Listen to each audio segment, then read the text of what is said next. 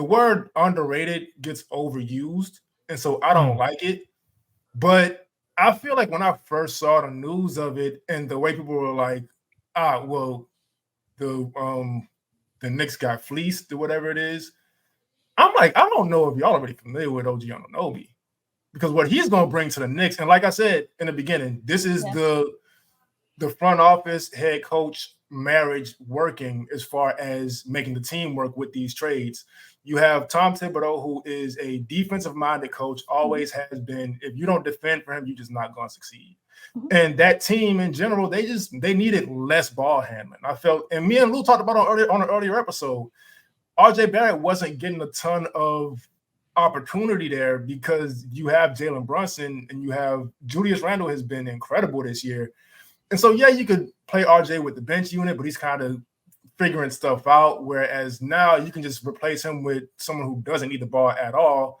And some sentences don't even sound real when you say them. And so I'm going to get to that in a second. But the thing that's most important with this OG Anunoby thing, this goes back to the head coach thing. Jalen Brunson, we know wants to get to the middle, right? Yeah. And we know Julius Randle, you can find him in the pinch post or somewhere nearby every time. This is what doesn't sound real. So in the past 3 years, OG Anunoby is shooting his lowest percentage in corner threes, and that percentage is 44%. Yeah. He's so you put him out there with them, and I was watching him, catching up with the Knicks versus Wolves game just before, and just seeing him obviously knock those down, but then being reminded of all the other stuff he does off the ball, cutting at the right time, making all the correct reads at the right time every time, being able to finish off those cuts. And that's just how he helps on offense. Yeah. Like Lou said, this is one, if you said he's the best defender in the league, I'd probably have my bias and say Bam Adebayo, but I wouldn't have much of a real argument. My bias I wouldn't have much of a real argument. And I'll even take it a step further. Lou said 1 through 4. He's been 1 through 5 for the Raptors, right? Like, the Raptors didn't have a center until they traded for Jakob Poeltl, who's out there guarding Karl-Anthony Towns, who I guess plays 4. Technically, Rudy Gobert's there, but who's out there guarding Nikola Jokic? He was the best guy to guard Jokic for the Raptors. Who's out there guarding Embiid?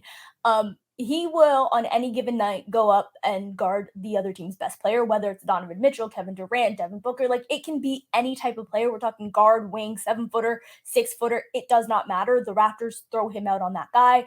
He is, he can hang with guys on the perimeter, but he's also strong enough to bang with bodies down low. Like, he is, and granted, he shouldn't be your rim protector. He shouldn't be your 5. That's why the Raptors needed to give up a first-round pick to get Jakob Poeltl.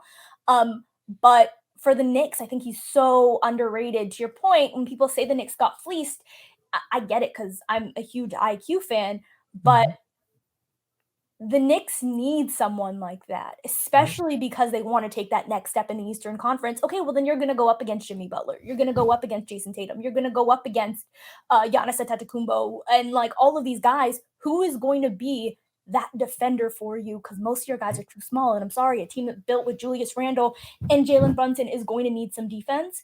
And also to your point there, Kenny, they're going to need some people who are not going to need the ball in their hands because OG Anunoby is the play finisher in this league. Like, he does not need the ball. I mean, he wants it, and we keep hearing these reports and these rumors year in and year out that he wants the ball in his hands. But I'm going to be honest, I think that comes when he's on a bad team.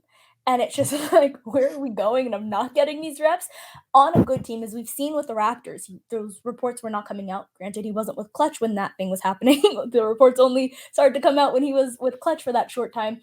But to me, he was the premier play finisher because he's such an elite catch and shoot guy from the corner, because he's such an elite finisher, because he's such an elite cutter. He can just do things that just finishes plays.